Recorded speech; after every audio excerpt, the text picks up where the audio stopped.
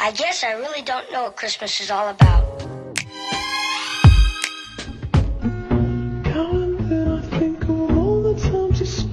Someone asked me to cover this case, and that's what I'm going to do right now. This is the case of Jasmine Richardson, also known as the Richardson family murders. On the 23rd of April 2006, the Richardsons were found slaughtered in their home. Mark, who was 42, Deborah, who was 48, and their young son Tyler, who was only 8 years old. Mark and Deborah's daughter Jasmine was not found at the scene. At first, the police believed that she had been kidnapped. The police looked everywhere for Jasmine. They looked in her bedroom and they could not find her. They went to her school, looked in her locker, and they found something strange. The police found a picture that Jasmine had drawn. It was a picture of her family burning inside a house and herself and her boyfriend outside the house. Jasmine had a 23-year-old boyfriend, and her parents and her friends were not fond of this. Hi, I'm Cam, and this is 1 Minute Murder Part 2. On December 1st, 1991, Omima frantically knocked on her ex-boyfriend Jose's door and explained that her husband had attacked and raped her, forcing her to kill him in self-defense. She begged him to help her dispose of the body, promising him $75,000 and 2 motorcycles for his help. Jose calmed her down and told her to wait for him at her apartment. As soon as she left, Jose called the police. Trigger warning, the details I'm about to go into are very gruesome and brutal.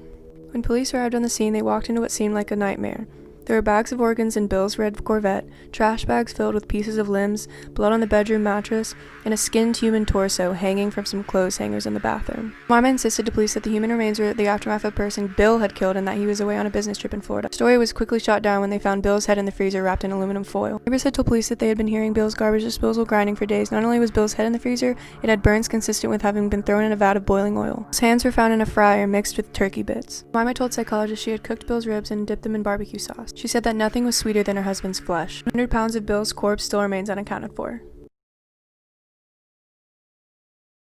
26-year-old Alexis Sharkey and her husband Tom Sharkey moved to Houston, Texas in January of 2020. Alexis was active on social media and had significant followings on Instagram, TikTok, and YouTube. After spending Thanksgiving with friends, Alexis sent text messages to her friends on Friday, November 27th at around 6 p.m. That would be the last time they would hear from her.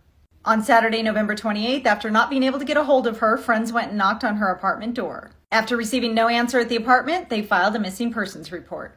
Tom called Alexis's mother, Stacy, to tell her that Alexis was missing and that he hadn't heard from her since Friday. Just prior to this, around 8 a.m. that same day, Public Works employees spotted feet in the bushes in the 1000 block of Red Haw near the Katy Freeway. The unclothed body of Alexis Sharkey was found with no visible wounds. Authorities believe her body had been there overnight.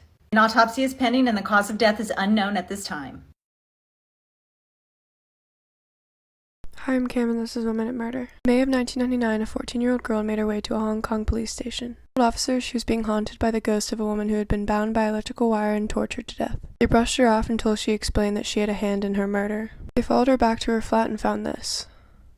An oversized Hello Kitty doll with the decapitated skull of a woman inside it. It's the head of Fan Man Yi. Fan's life was tragic before this event took place. After being abandoned by her family as a child, she was raised in a girls' home. She developed a drug addiction and was turning to prostitution to pay for her drug habit. In early 1997, Fan met Chan Man Lok, a 34-year-old pimp and drug dealer. Later in 1997, desperate for money and drugs, Fan Man Yi stole Man Lok's wallet and attempted to make off with $4,000. As soon as he saw it was gone, he had 2 other men kidnap her. Earning the money back wasn't enough for them. They began torturing her for over a month. Tied her up and beat her, burned her skin, raped her, and forced her to eat human feces. When she died, they cut up her body in a bathtub with a saw. The 14-year-old girl participated in the murder but was granted immunity for giving the details. The 3 were sentenced to life in prison with the possibility of parole. This is why you should be super nosy with your friends. This is Michaela Bali, and she lived in Yorkton, Saskatchewan in Canada and was 16 at the time of her disappearance. Her friends told reporters that Michaela often talked about wanting to leave Saskatchewan and also about how some boy named Christopher was planning to come out and see her. The night before Michaela's disappearance, she texted one of her friends asking her to take her to the bank. She also texted her ex-boyfriend saying she was really unhappy and wanted to go to Regina for a couple of days. So on April 12, 2016, the day that Michaela disappeared, at 6:41 a.m., Michaela texted her friend again asking her to take her to the bank, but the bank didn't open till 9 a.m., so obviously that plan was a no-go.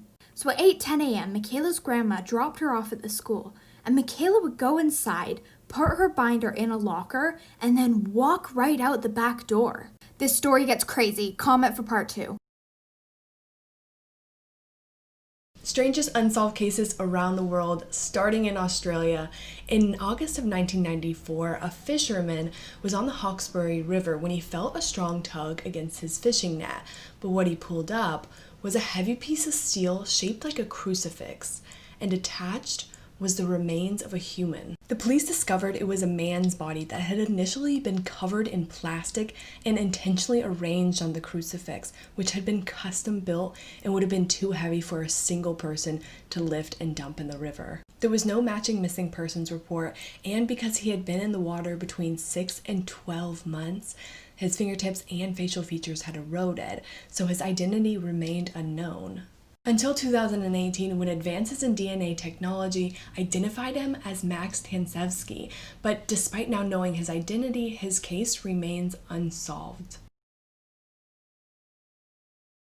Hi, I'm Cam, and this is 1 Minute Murder. On the evening of July 22, 1995, 15-year-old Elise Paler left her home to hang out with 3 teenage boys who had promised her drugs. Later that evening, the 3, aged 14, 15, and 16, held her down, stabbed her, and had sex with her dead body. They would return to it on several other occasions again, committing acts of necrophilia. A forensic pathologist concluded she was stabbed at least 12 times. None of the individual wounds were fatal, he testified, meaning she slowly bled to death. The body was only discovered because one of the perpetrators, Royce Casey, confessed to the crime following his conversion to Christianity. In their defense, the defendants said that they needed to commit a sacrifice to the devil to give their heavy metal band Hatred the craziness to go professional. The parents of Elise filed a lawsuit against the band Slayer in 1996, claimed that the songs Postmortem and Dead Skin Mask gave the 3 killers detailed instructions to stalk, rape, torture, and commit acts of necrophilia on their daughter. The case was thrown out by the judge, stating there's not a legal position that could be taken that would make Slayer responsible for the girl's death. One of the killers, Jacob Delashmutt, stated that the music is destructive, but that's not why Elise was murdered. She was murdered because Joe was obsessed with her and obsessed with killing her. Trio pleaded no contest and were sentenced to 26 years to life in prison.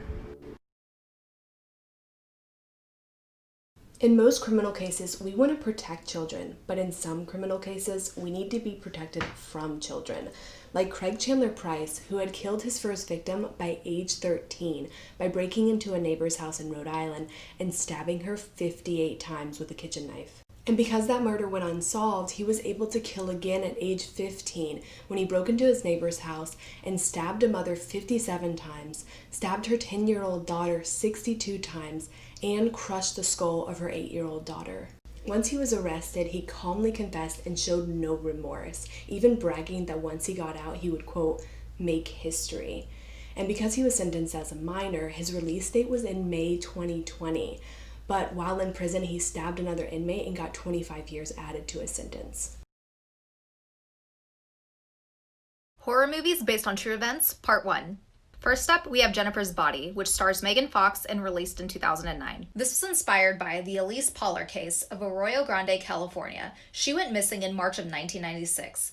8 months later, her body would be discovered, stabbed to death in the woods. This had been done by 3 friends who were part of a death metal band, and they said they sacrificed her because they wanted fame. The next film is The Strangers. This one actually has 2 different instances that inspired the movie. The first was the creator's own childhood. He said that there had been unknown people knocking on neighbors' doors.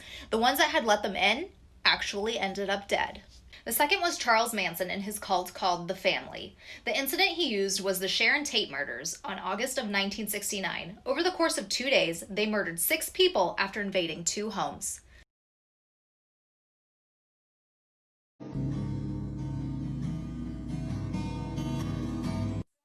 Now you've seen this viral video. Let me tell you the real story about Isabella Guzman. Isabella, her mom, and her stepfather lived in Colorado. Isabella began to be very rebellious. Her mom caught so many different boys climbing over their backyard fence. She confronted Isabella. Isabella became enraged. That same day, when her mom confronted her, she emailed her and told her that she would pay. The next day, Isabella's mother called Isabella's biological father to come over and have a talk with her. Since her stepfather no longer wanted to talk to her, he had become afraid of her. Isabella's father came over and had a talk with her. He told news reporters that he felt the conversation went well. He thought she might be changing for the better. However, hours later, Isabella's stepfather ran upstairs to the mother's bathroom, where Isabella quickly closed and locked the door. He saw blood coming out from underneath the door, so he called the cops. Isabella had stabbed her mother 151 times and ended. Child Killers Part 1, Eric Smith. On August 2nd, 1993, Eric Smith was only 13 years old when he lured a boy into the woods. He was riding his bike to a local summer camp to where he saw a 4-year-old boy, Derek Robbie, walking alone to the same camp. Smith lured him into the woods and then dropped a rock on his head. He then proceeded to sexually assault him in ways that I'm not going to say. So at around 11 a.m, Derek Robbie's mother went to the park to pick up her son, but he was never there and they said he never arrived. 4 hours later, his body was found in the woods. So at first, no one really knew who could have done this to him. There was not really much evidence. Eric was kind of suspicious because he was hanging around the investigation quite a bit. So within days of the murder, Eric confessed to his parents and they took him to the police station and he was arrested. One thing to note, when he was younger, he killed animals. These are some of the most gruesome murders ever committed. Part 1. The case of Lisa Montgomery, otherwise known as the Womb Raider. Lisa Montgomery, who was a 43-year-old woman, was the first lady ever to be executed after being sentenced to 67 years in prison for committing a murder that literally shocked America. In 2004, Montgomery was sentenced to life after murdering a young woman named Bobby Jo Sinnett and then moving on to cutting open her stomach, removing her womb and her baby using a kitchen knife. See, Montgomery had claimed for a long time that she couldn't have kids, so she befriended Sinnett thinking that she could take her baby. So what she did was showed up at her house, strangled her with a rope, and proceeded to cut her open. The dead body was actually discovered by Sinnett's mother, who walked into a bloody pile and claimed her daughter looked like she had just exploded. But even after all that, the baby did survive and was returned to her father, where she is now about to turn 16 years old. That's insane. Child Killers Part 8. Brenda and Spencer. This is the first video. So we can all agree Monday mornings are bad for everyone. But on January 29th, 1979, a 16-year-old girl found a way to embrace how bad Mondays are. On that Monday at around 8:30 a.m, a rifle attack occurred at a local elementary school. It occurred just as the bell rang to signal the start of classes. The children who were at the front of the school were attacked. They were shot at, but where were the shots coming from? There were several shots before teachers and parents realized what was happening. The shots were coming from a house across the road from the school. It was as if someone was using these kids as target practice. So the principal of the school went in harm's way to go and save the children. He basically put himself before the children and moved them away to safety. Unfortunately, he was shot in the chest and did not survive. Amarjit Sada is the youngest serial killer in the world. He began killing in 2006 when he was only 7 years old, and he started with his 6-month-old cousin and then his 8-month-old sister. And what made everything worse was that his parents helped him cover up these 2 deaths and allowed him to go on and kill another 6-month-old baby. And when he was caught, it's reported he was happy to admit to the murders. And because of Indian law, the maximum sentence he could have faced was 3 years. And not that much information has been released to the public, but it's believed he's already out and using a different name. This is the mysterious death of Kurt Cobain. Kurt Cobain's body was discovered in the greenhouse of his Seattle home in April 1994. His death was ruled a suicide, and it's said that he used the last of his heroin before shooting himself. Some believe that his wife, Courtney Love, found out he was going to divorce her and hired a hitman. And here's why. Cobain overdosed on Rohypnol in March 1994. Courtney said he attempted suicide, but the doctor said it didn't look like a suicide. Was this to stir ideas that he was suicidal? Postmortem tests showed a high level of heroin in Kurt's body. Because of this, people wonder if Kurt would have been conscious enough to shoot himself. On top of that, he used a long-barreled shotgun, which would have made it complicated to shoot himself anyway. It's also said that Kurt's suicide note was actually a breakup letter to Nirvana. Only the last lines really talk about suicide, and the handwriting changes. In an interview, punk singer El Deuce said that Courtney offered him $50,000 to kill Kurt. 2 days later, he was hit by a train. There's more, but I only have a minute. What do you guys think? Most dangerous people of all time. This is Alexander Pashishkin. He was a Russian serial killer, better known as the chessboard killer. His master plan was to kill 64 people, which is the same number of squares on a chessboard. He ended up killing 60 people before he was eventually caught.